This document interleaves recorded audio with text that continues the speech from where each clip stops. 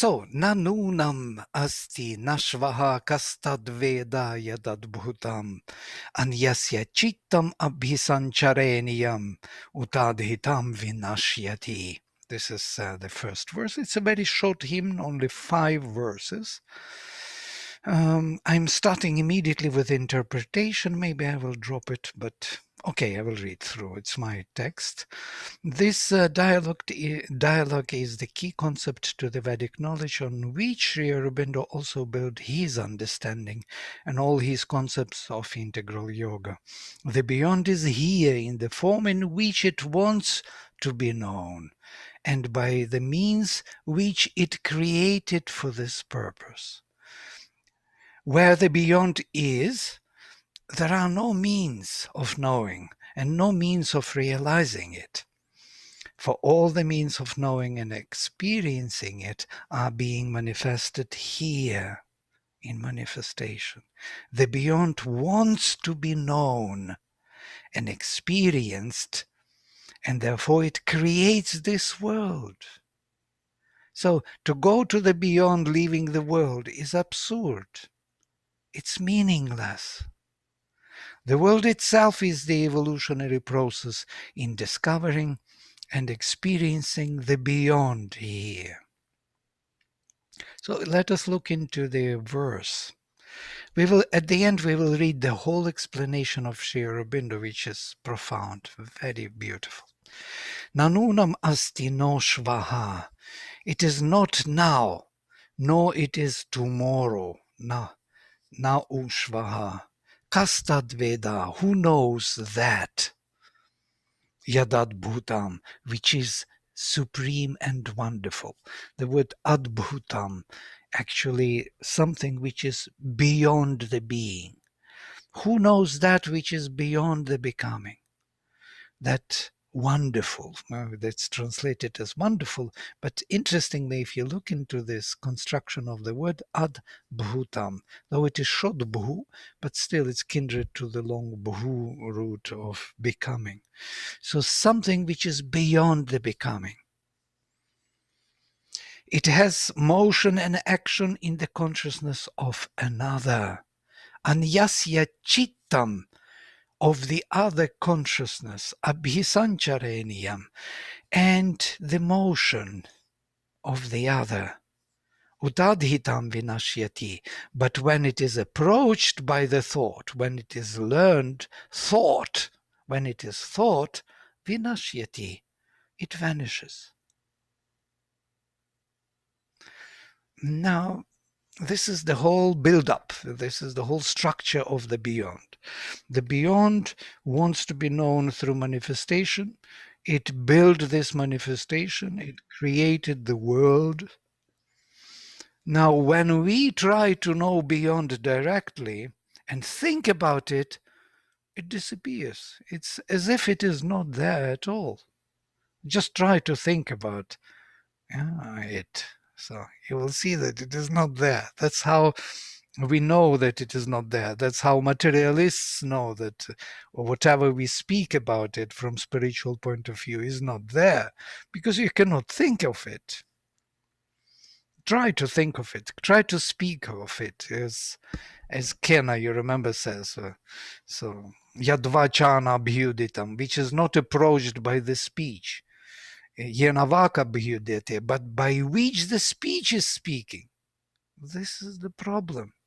We cannot really speak about it, but we are speaking because of it. With its own, because it says manifesting itself here. And so on. We cannot think of it because it cannot be caught by the thought, but because of it that we are thinking everything. We cannot see it because it cannot be seen by the eye, but by which the eye is at all seeing, functioning as vision. It is because he is there. So that beyond is not reachable by the means which it created here for us to know it in this manifestation. So whatever Agastya tried to do would not be fruitful. Let us look into this. So it is not now, it is tomorrow who knows that which is supreme and wonderful. That is Sri Aurobindo's translation. It has motion and action in the consciousness of another, but when it is approached by the thought, it vanishes.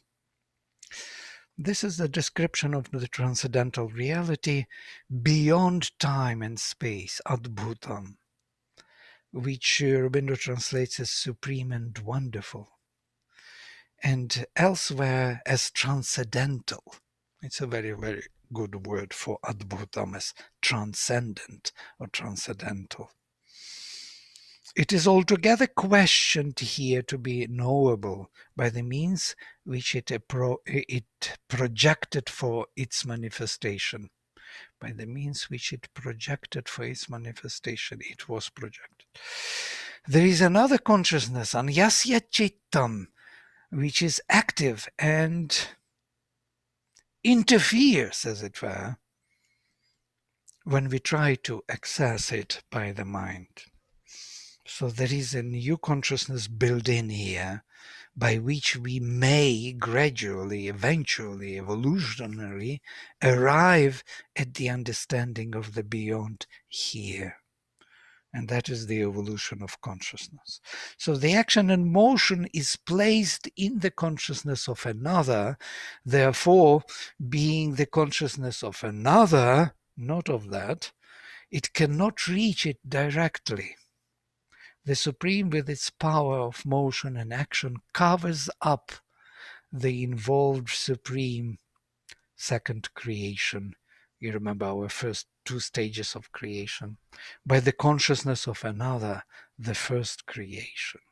So the first, it was a fall of first emanations, which became the veil.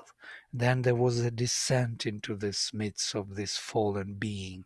And this fallen being became the separation from the source. So when the mind, which evolved out of the first creation, out of the darkness, tries to reach to the supreme beyond, it cannot do it directly. It needs an intermediary, Svar world. Otherwise, it will have to annihilate itself and plunge into the unknowable. Therefore, Sri Aurobindo says that our mind never know the beyond, can never know the beyond. However hard it will try. There is the whole chapter in the self of mind. It's very beautifully described. However hard we try, we will never know the beyond by the means we are given. It's nearly a quotation from Savitri. It is only by the grace from above that the beyond can be known here. In other words, Indra is to come and to take charge of our thinking here and bring light into it from the beyond. There is intermediary stage of Svar world, or overmind, what Sri Aurobindo calls overmind, intuitive overmind and supramental overmind, 3 levels of Svar. Svar is the realm of the ray of the sun. What is interesting, I'm kind of reminded here of this hymn to Vishwakarman, who speaks the same thing in his own way. That indeed is the first embryo, tam idgarbham prathamam dadhara apach, so that which the waters bore, where all the gods come together in the navel of the unborn. On the one was placed where all the beings stood. And this is the second one. Natam vidatha, you will not find him who created these worlds. Yaima jajana, who produced these worlds. Another thing has come up between you and him. Anyad yushmakam antaram babhuva. The same diction, the same imagery. The chanters of the hymns are wandering around, covered in mist, speaking rubbish, never fully satisfied with what they say.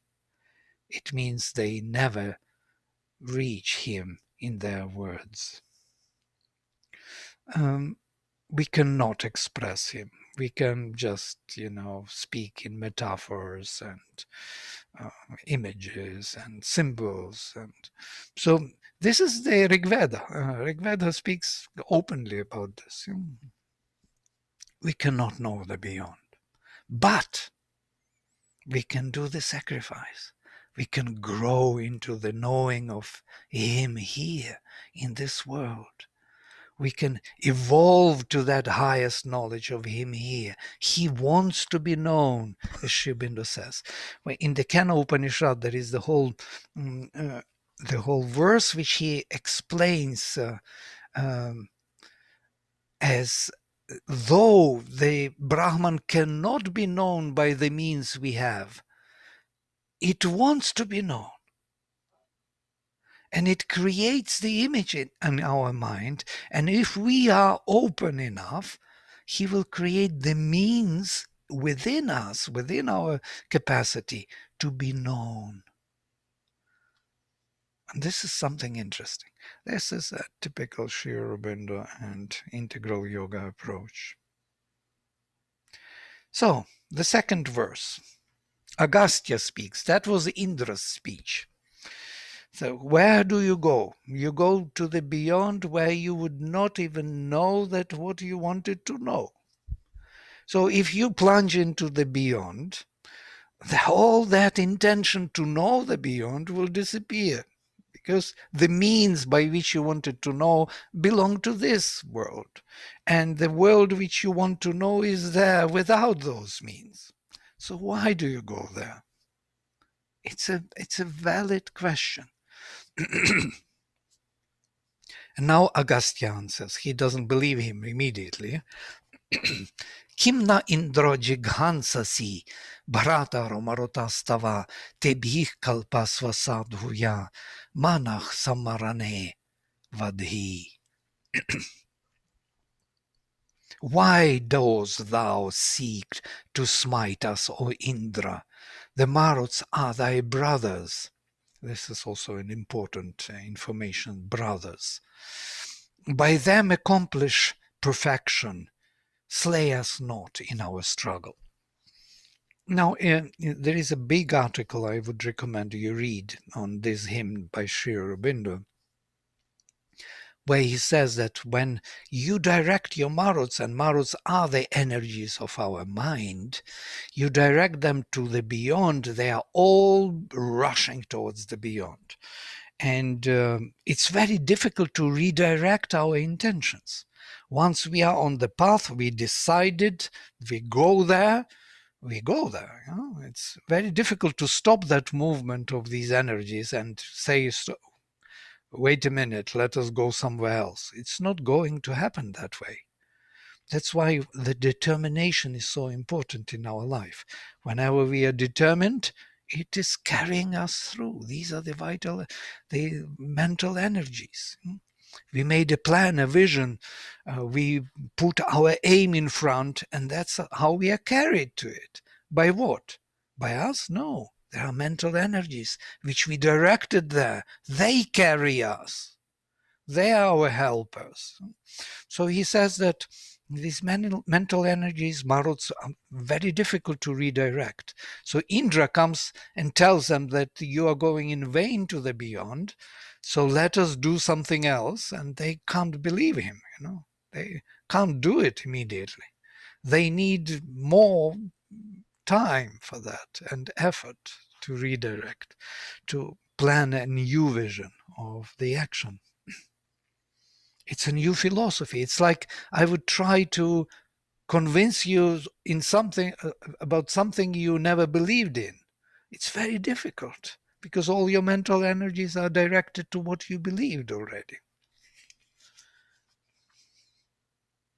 It's like conversion from one religion to another. I will convert you into the Christianity or something. it would be very difficult to do. Yeah, you have already Lord Shiva or some, Om Namo Namaha, Krishna playing a flute, and then suddenly I will tell you, no, no Krishna. Huh? What? It won't happen. So you would have to do much more work for that. Here we have clearly defined the difference between Indra and Maruts. Maruts are the thought powers, which are coming from the lower hemisphere. This is important. And trying to reach the Supreme, to reach to the Supreme. Agastya asks Indra not to stop them, but to collaborate with them for this purpose, for they are Indra's brothers. Here they are Indra's brothers in the uh, speech of Agastya. In other places, they are his even children, because you remember how Indra and Maruts came into being. Indra killed Vritra and other Vala and other demons, the children of Diti, and Diti was so annoyed with him that she wanted to create a hero who would kill Indra. So she conceived from Kashyapa, and she was bearing her 1,000 years. She was bearing the in her womb this hero growing. And Indra got scared, and one day he entered into the womb secretly and cut that embryo into 33 pieces, that there should be no one hero stronger than Indra. So she brought to birth 33 Maruts, who were supposed to be the killers of Indra. But since he already entered the womb and cut them into pieces, he shaped them and he became their father, as it were. So they became his companions. They became his, in this case, brothers, because they are from the same womb. Interesting. Yeah? So Indra, Maruts who are born from this side, from the darkness side, Indra is the lord of the Svar from the light side. They join together the effort, and he becomes Marutvan. He becomes the one who leads the Maruts. He brings his light, and they operate with his light, or with his lightning, the light of the sun. He brings the light of the sun and gives them as their weapons. So now they can enter deep into the inconscient and kind of transform the darkness into light. Indra himself could not do it without Maruts. Now, with the help of Maruts, he can do this transformation. This is an interesting piece of our psychology, of our universal psychology, that our mental energies born from the darkness can join the light of our transcendental uh, intelligence, Indra, and together they can do the job. So, now there are two more verses. Kim Nom, this discussion between the two. Indra speaks. Kim no bharatah Agastya sakhasan atimanyase vidma hite yathamano asmabhyam it na ditsasi aram kranvantu vedim sam agnim indhatam purach. That has to be Aram krenuvantu vedim sam agnim indhatam porach tatramritasya chetanam yajnam tetanavavahai. So Indra speaks to him. Why, O my brother Agastya? He says, brother, interesting. Sri Aurobindo will comment on it. Art thou my friend? Yet settest thy thought beyond me. You want to bypass me and my help. For well do I know how to us thou willest not to give thy mind. You want your Maruts to bypass me who is highest intelligence, supposed to do the work of evolution here, to bring the knowledge of the beyond here. You try to bypass me and go to the beyond without me.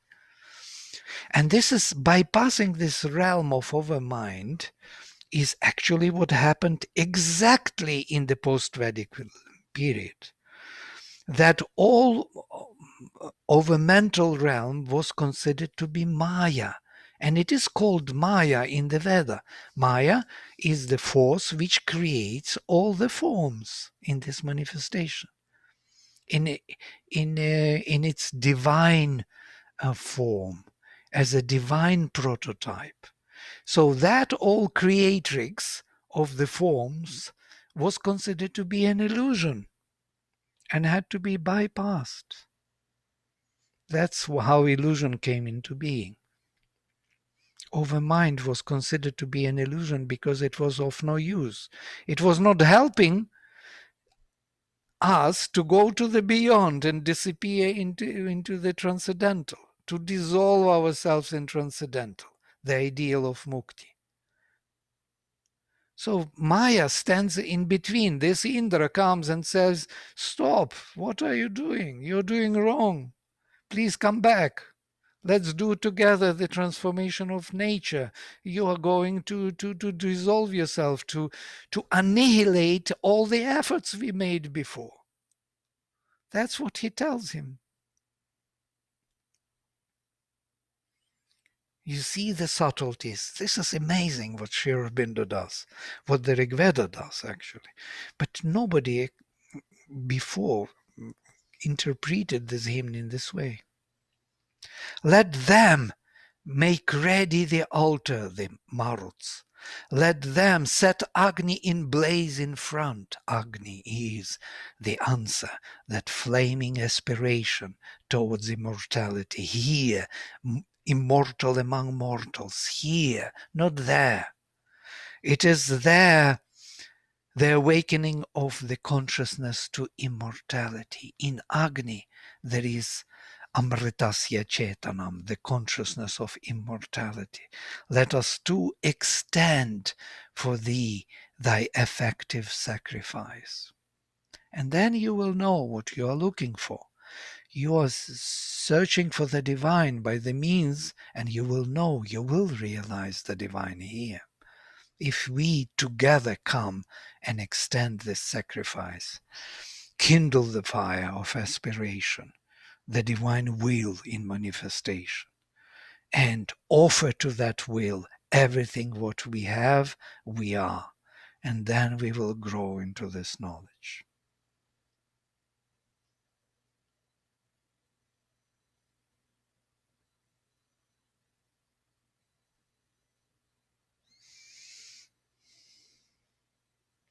There are many more things. I maybe skip them because we are already on the right track.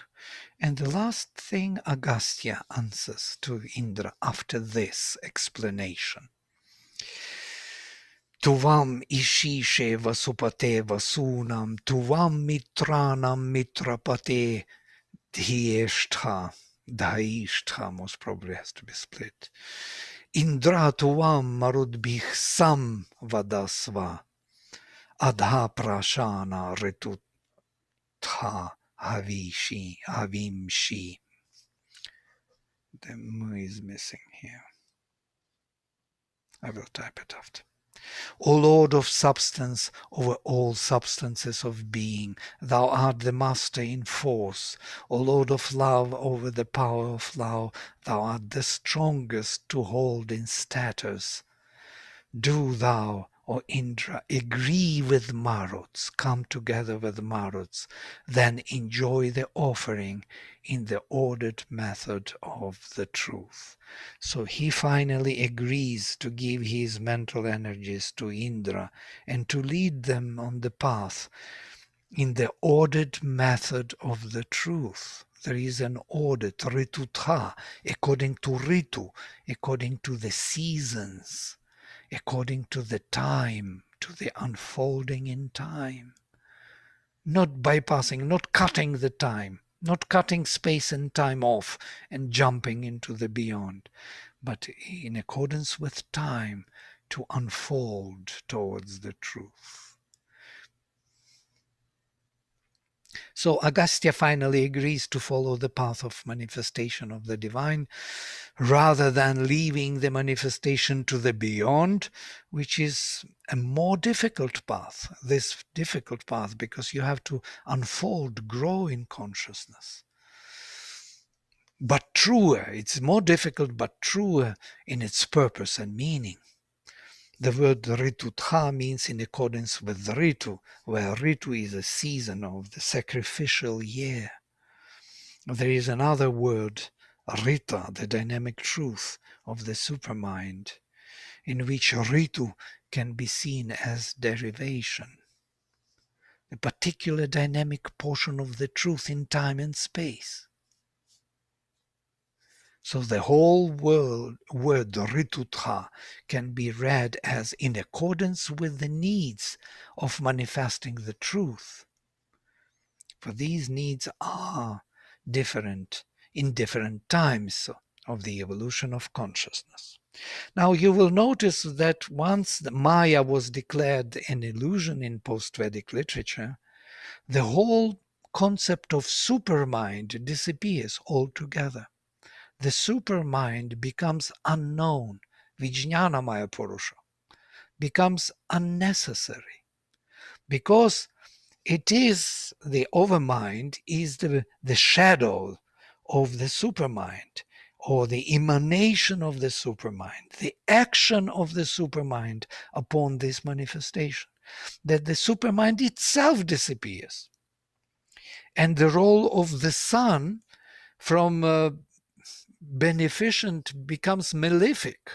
From benefic it becomes malefic in the Jyotisha. It is something which is burning, and if the sun in the Veda is the supermind, the truth manifested, the symbol of the truth, in the post-Vedic literature he becomes a smaller being.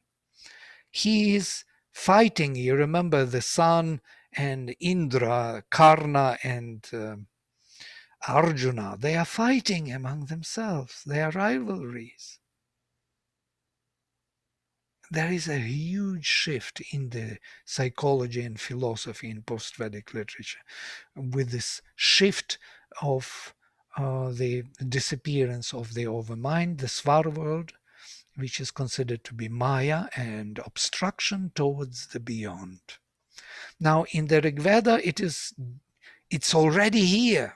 Agastya already tries to go to the beyond, but he is stopped and explained by the overmental godhead, or the godhead of the intuitive mind, Indra, that this is not the purpose of manifestation. It has no meaning. Sri Aurobindo calls this going to the beyond as escape. Escape brings not the victory and the crown. This is his line from Savitri. Escape. Egoistic escape. Now, we will read Sri Aurobindo's commentary, which will put everything into proper perspective. It's just 1 page, 1.5 page. Very important text for understanding of all of Rigveda and integral yoga. The governing idea of the hymn belongs to a stage of spiritual progress when the human soul wishes, by the sheer force of thought, to hasten forward, beyond, in order to reach prematurely, notice this word, the source of all things, without full development of the being. Prematurely, without full development of the being in all its progressive stages of conscious activity, it wants to jump to the beyond without doing the work here it came to do, to develop, to mature, to bring more and more spiritual presence into manifestation. That's the purpose. Now the being became aware that there is a beyond and wants to go there. He wants to drop off all the work to be done and go there and disappear. The effort is opposed by the gods who preside over the universe of man, end of the world, and a violent struggle takes place in the human consciousness between the individual soul in its egoistic eagerness, and the universal powers which seek to fulfill the divine purpose of the cosmos. This is the struggle. The seer Agastya at such a moment confronts in his inner experience Indra, lord of Svar, the realm of pure intelligence, through which the ascending soul passes into the divine truth. Indra speaks first of that unknowable source of things towards which Agastya is too impatiently striving, that is not to be found in time. It does not exist in the actualities of the present, nor in the eventualities of the future. This is also important. So that beyond would not do the job. It neither is now nor becomes hereafter. Its being is beyond space and time, and therefore in itself cannot be known by that which is in space and time. It manifests itself by its forms and activities in the consciousness of that which is not itself. And through those activities, it is meant that it should be realized. But if one tries to approach it and study it in itself, it disappears from the thought that would seize it, and is as if it were not. He adds as if it's important, because it is, but it cannot be known. Agastya still does not understand why he is so violently opposed in a pursuit which is the eventual aim of all being and which all his thoughts and feelings demand. The maruts are the powers of thought which, by the strong and apparently destructive motion of their progress, break down that which is established and help to the attainment of new formations. Indra, the power of pure intelligence is their brother, kin to them in his nature, although elder in being. He should, by their means, effect the perfection towards which Agastya is striving. He should, by their means, effect the perfection towards which Agastya is striving, and not turn enemy nor slay his friend in this terrible struggle towards the goal. Indra replies that Agastya is his friend and brother. Now, brother is important. Brother in the soul, as children of the Supreme Being. Friend and as comrades in the common effort, and one in the divine love that unites God and man. And by this friendship and alliance has attained to the present stage in this progressive perfection. He already arrived at this particular stage he is now with the help of Indra, but he is not acknowledging it. But now he treats Indra as an inferior power and wishes to go beyond without fulfilling himself in the domain of the God. This in the domain of the God manifestation. He doesn't want to fulfill himself there. He wants to go to the beyond. He seeks to divert his increased thought powers towards his own object instead of delivering them up to the universal intelligence so that it may enrich its realizations in humanity through Agastya and lead him forward by the way of the truth. Let the egoistic endeavor cease. Egoistic endeavor cease.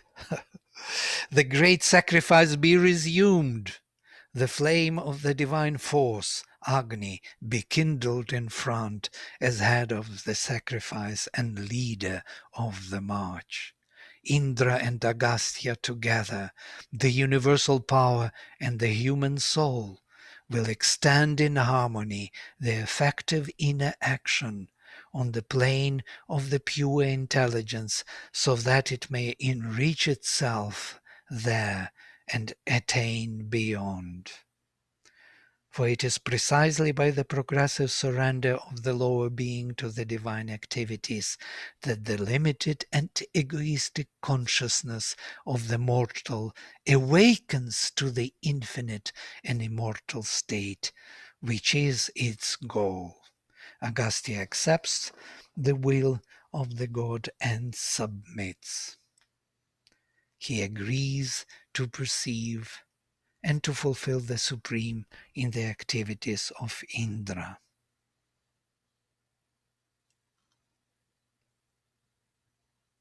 From his own realm, Indra is Supreme Lord over the substances of being as manifested through the triple world of mind, life, and body, and has therefore power to dispose of its formations towards the fulfillment in the movement of nature, of the divine truth that expresses itself in the universe. Supreme Lord over love and delight, manifested in the same triple world, and has therefore power to fix those formations harmoniously in the status of nature, not beyond nature. Agastya gives up all that is realized in him into the hands of Indra as offering of the sacrifice, to be held by him in the fixed parts of Agastya's consciousness and directed in the motional towards fresh formation. Indra is once more to enter into friendly parley with the upward uprising powers of Agastya's being and to establish agreement between the seer's thoughts and the illumination that comes to us through the pure intelligence. That power will then enjoy in Agastya the offering of the sacrifice according to the right order of things, as formulated and governed by the truth which is beyond. This is all we have to know about the Rigveda. All right, I will stop here. If you have some thoughts, questions, impressions, please go ahead.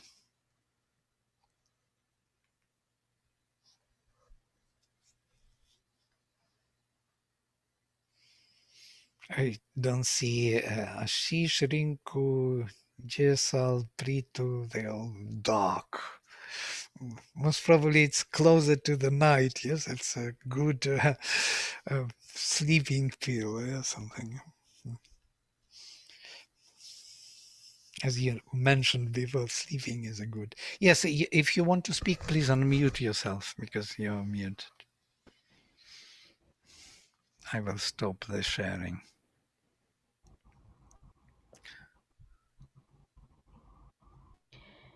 I think as Rashi says it, that when we're listening to it, it's all very overwhelming, and then when we need to put it in our practice, or how does it relate to our daily life, that's when the mind starts working, that how do we now apply it? Right. Yes, our maruts are actually directed wrongly for a long time, for thousands of years. And now to redirect them and to say that this nature, this manifestation is everything, it's the spiritual enterprise, it's the divine creation. And here we have to bring the divine and make it visible in everything is too much to ask. We want to go beyond into nirvana, disappear, and be free forever from all this trouble. Um, It's so much easier, so much better, so much And more appealing to our egoistic nature. in this time of COVID, where all you're hearing about is the cases and and chaos and everything, and you're you know, like I don't know, where is the divine, or how do we strike balance? Yeah, divine is clearing up the path because there are too many egoistic movements in this manifestation. So it stopped a little bit this useless movement towards more and more and more and more things egoistically achieved. So people started to think, what is all this about, really? So it's just a pause. I think it helps us to reorient our maruts. They have to be reoriented somehow because they're rushing to fulfill their own desires. We For need. me, Vladimir, if I could share, this particular class today comes at a very appropriate and much needed time, because last 1 week I cannot tell you, I'm just hopping from ICU to ICU to ICU to ICU across the world, and I am just seeing one death and another, and all the family members clinging on to me because I can go to the ICU and come back and tell them what's going on, and they can't, and they're so restless and they're so full of fear. And one thing I noticed, I mean, that was that most of the people, and they were most of these people I'm talking about were men between 40 and 55, and all these men who were in this big rat race, and they didn't have the will. They said, I have nothing to go back to. It's better I leave. That was their communication to me once and again, and I was like, really? And I got so, because I was with the soul and looking at his journey and his choices, and I was with the family who was full of save him, I went through this whole thing, like my whole house felt like ICU. The whole energy of the house was so bad. My children, my mother, all of us were just drowning in this whole collective trauma. And then just today I made a decision that I am not going to work for COVID patients, and I'm not going to work with anybody who's in very critical stage in ICU, because it is something else which is at work, and I was very comfortable with it till so many people came to my house, because I could see the bigger picture. So when you're talking about this whole beyond thing, just to be, so I actually switched over into that whole sense of beyond, and everything is perfectly in its right order, and I can only operate from there, or else I'll kill myself. And everything that you have said today, and I may not have absorbed mentally, because I realized that after some time I was just swaying, because my brain is not, so I'm absorbing knowledge in some other way. There was just some rhythm of sound and some movement which was helping me fathom it, but not mentally. And I feel that, again, the decision that I made today again was, I have to go back to my sadhana. I have to just expand my presence in such a way that more people can see that the inner work is important, coming to the truth of life is important, your own aspiration to why you are here is more important. So I yesterday made a note on Facebook that I'm going to draw cards for those who are alive and want to do inner work, and not go through all this shit, because what's the point? I mean, what are we doing? Those who are alive, come back and let's work on that. So I just completely switched the entire this thing, and now I understand it was the maruts who was like, and the ego, I'm doing this, I'm doing that. How rubbish it was. Like, get back to real thing. What is real? The real is just, why am I here? And if I can just align to that flame and that agni and receive, you know and it's very interesting, because I always use the word that I channel beyond the beyond.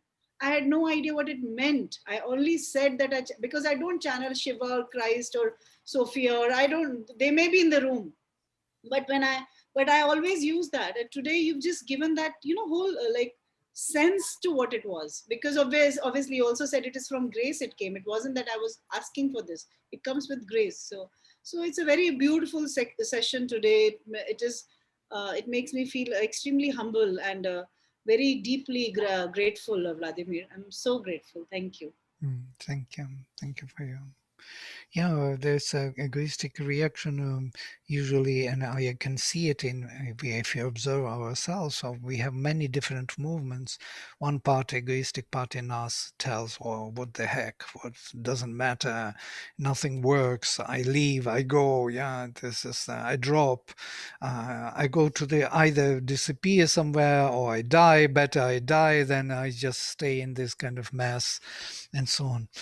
So this is the weakness of our ego, which is engaged, yes, which is involved, which is attached to the result. We are looking for the result. If the result doesn't come, so what am I doing here? I don't want the thing without the result. We do not see that actually the result is not in our hands and should not be in our hands altogether.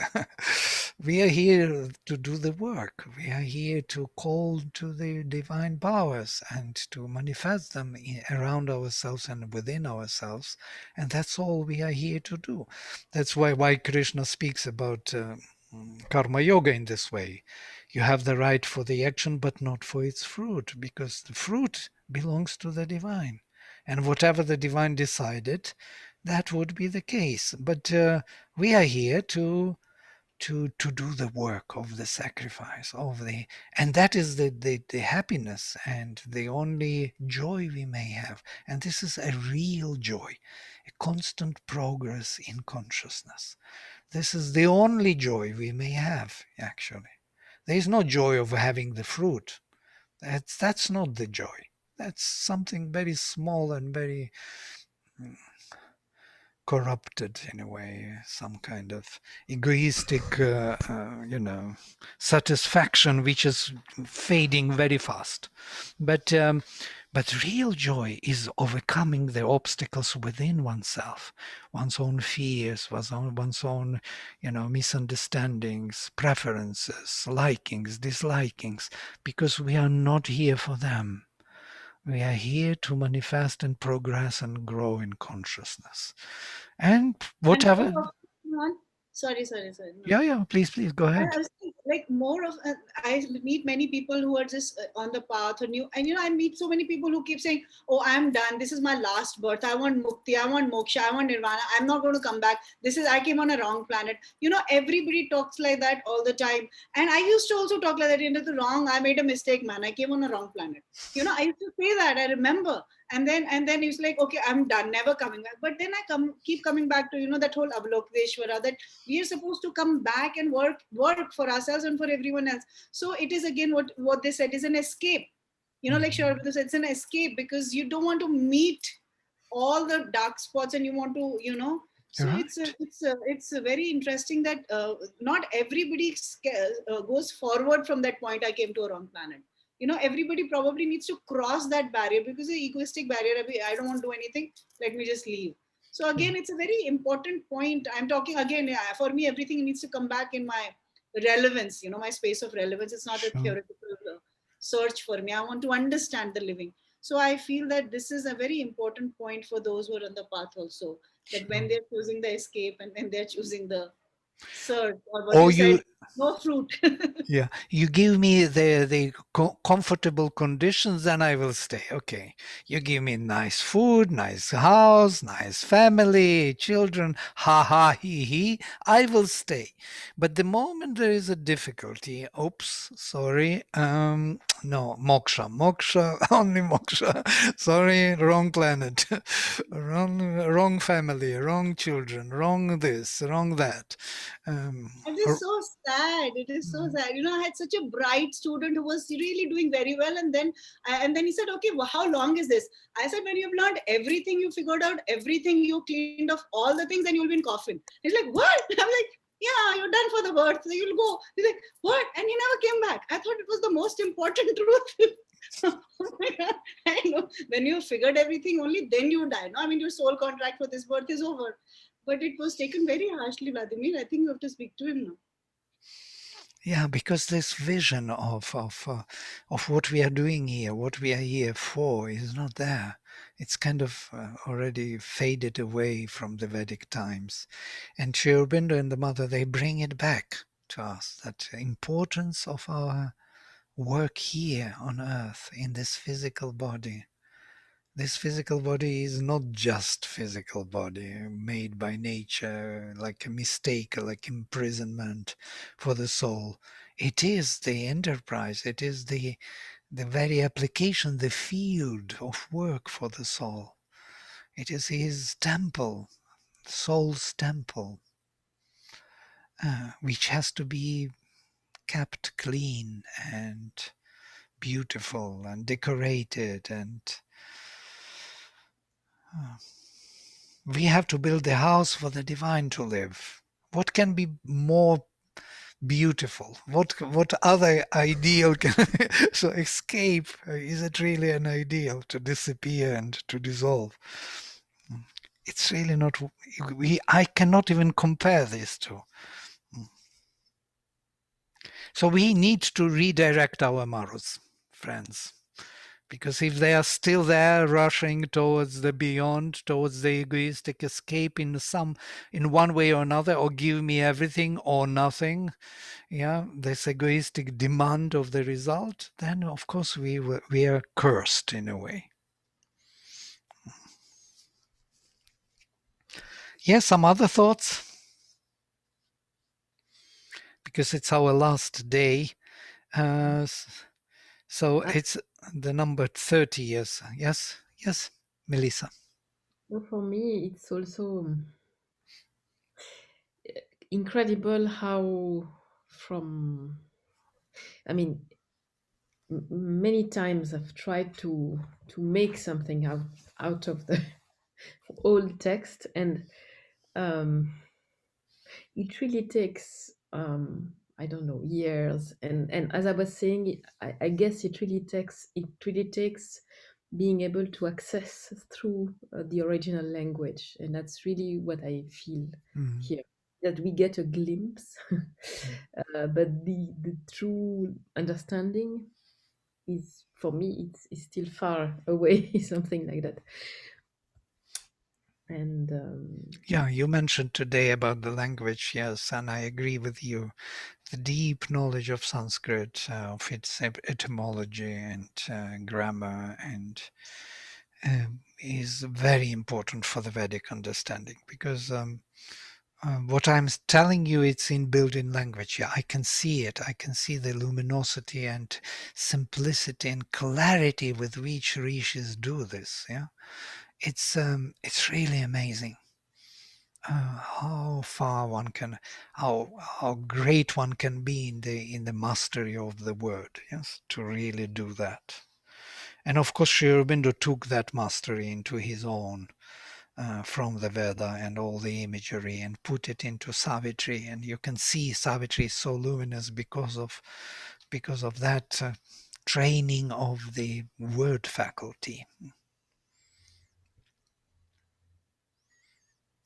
I agree. If we are to proceed to study the Rigvedic vision, we need the Sanskrit with the depth of Sri Aurobindo. And it's quite interesting because his translations are criticized by other Indologists as inappropriate. And I must tell you, I studied language quite a bit for 3 decades, and I think they are absolutely stupid, these Indologists. when They they I don't see. They don't see simply. yeah, it's interesting to read different translations, and it doesn't make sense. Like like I have several French translations and then some English, and it feels like, I mean,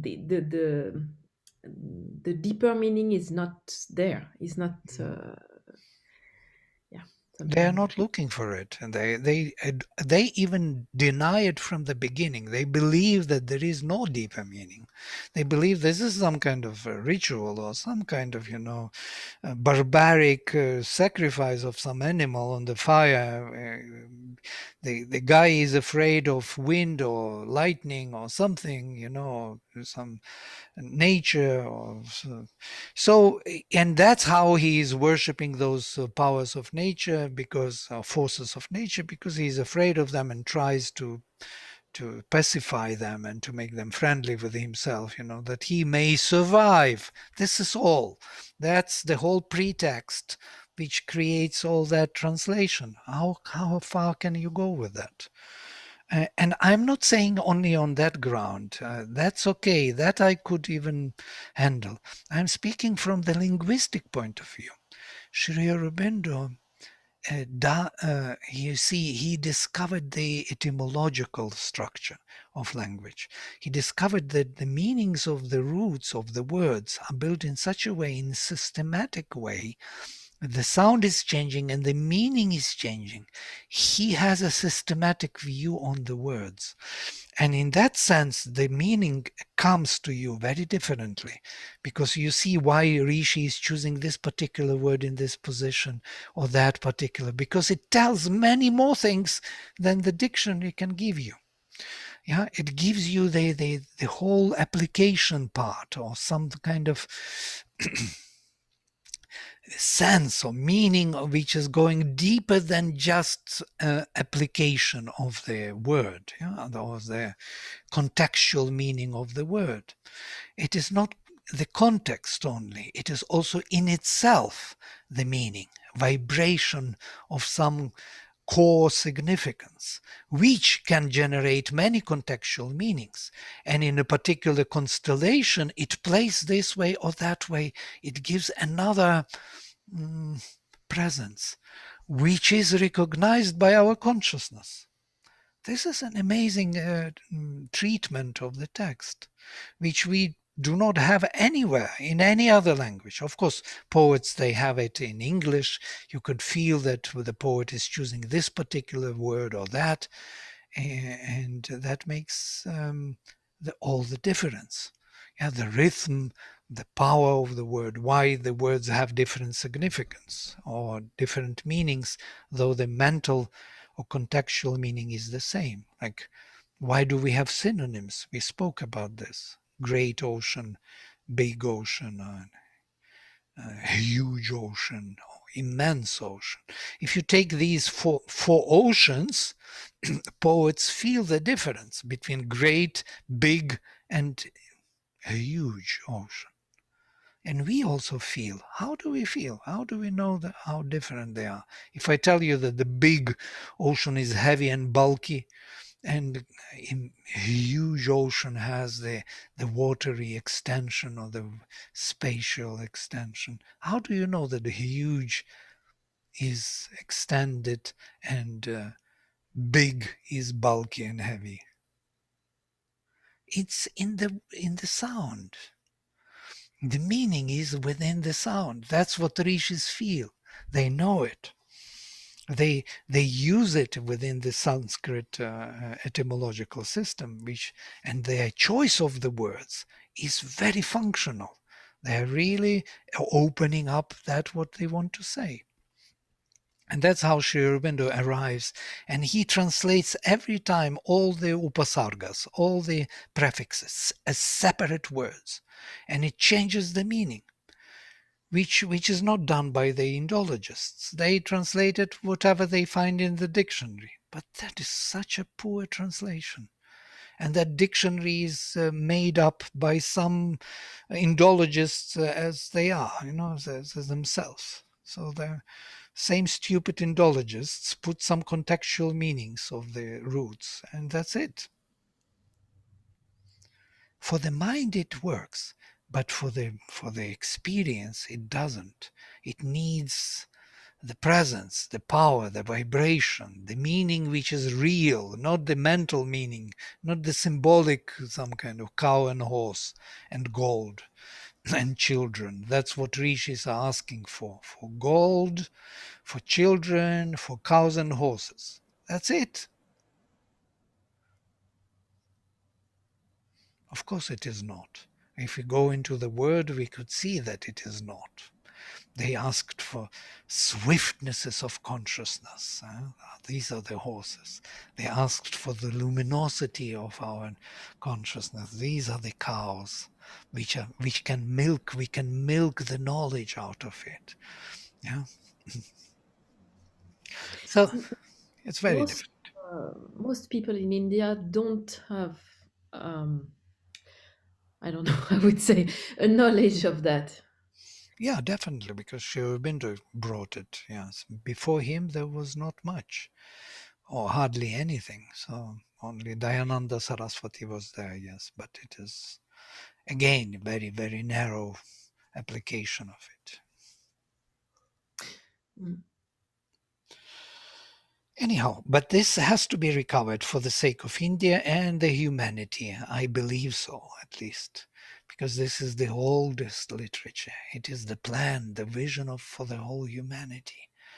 And if we are not having it, we will have pandemics after pandemics and new strains of viruses, which cannot be cured anymore.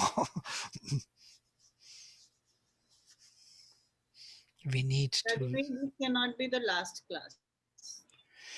You have We, ruined my happiness in one dialogue. It is not allowed. no.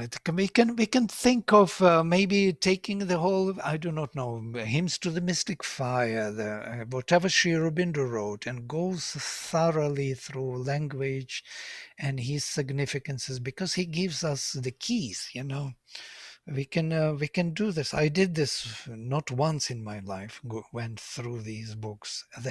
Every time I go through them, it is boom, a new vision, a new sense of, because it's real. It's something which is true. You cannot exhaust that source of knowledge. It's always So Monday 6:30 we will start from the coming Monday. Okay, we agree. For right. me, I think I would need some time to refresh my Sanskrit because it's been 20 years, and I need to get back to the basics. Great. Yes, somebody Sanskrit. Who is for Sanskrit? Hooray! What I mean to say is that before we can do that, I need some time. But Sure, sure. You take your time. Whenever you're ready, you please knock into our doors. I've recently I had old books like when I was 20 I had studied. Now I've ordered this one. Let's see. Okay. It's again, of course, Westerner, but it's just to brush. I mean, to get back to the I, basics. I have the course in Sanskrit, which is built on Buller. Buller lived in Delhi for 17 years in 19th century, and he came up studying only Panini. On the ground of Panini, he came with Sanskrit Premier, which has 45 lessons, only 45 lessons. They're very dense, of course, but once you go through them, you will be able to read Sanskrit text, any classical text, and also epic, such as Mahabharata, Ramayana, no problem. We have to add few more things to come to the Vedic, because Vedic is quite different thing. But that is anyhow the foundation. 45 lessons takes for speedy people 1 year, for normal people 2 years, for lazy people 4, 5, 6, 7, and never ending years. Mm, Some of them after 5 years they just can't continue because it doesn't make sense. So I recommend, if you really want Sanskrit, to do it intensely, like really intensely. That means every week work, because it piles up and you don't forget the previous. But if you make too long gaps in between, doubts in between, it becomes very clumsy, and at The the end, problem is that I have to do that for yoga. I have to do that for oh, um, that's okay. That's, different we kind of understand. therapy. That is fun. By the way, busy people have more time than people who are not Yes. busy. I'm sorry, it's personal, but I'm doing like a end of like final, after 4 years of study in a kind of psychotherapy, and I have to finish a personal work, and I'm working on kind of building bridges between Jung, Ayurveda, Indian philosophy, and healing, something like that, with energy. So it's all, but it's interesting, and I can make like bridges between everything, including what we learn with you, and it's interesting. Very nice, lovely. Nice to hear Sounds this. like a crazy project, Melissa. Crazy it is. I can almost see it. It's as diverse as a whole map of India. All the best for it, though. Yes, And wish all you. of us are there for you. Don't need 10 anything from years any of I us. We will jump in and give it to you. Okay, Melissa needs this. Find this. Okay, what does a bad stick look like? Red. Okay, Melissa, it's red. Whatever you want, we'll do it for you, Melissa. It's a noble cause, and we are in it for you.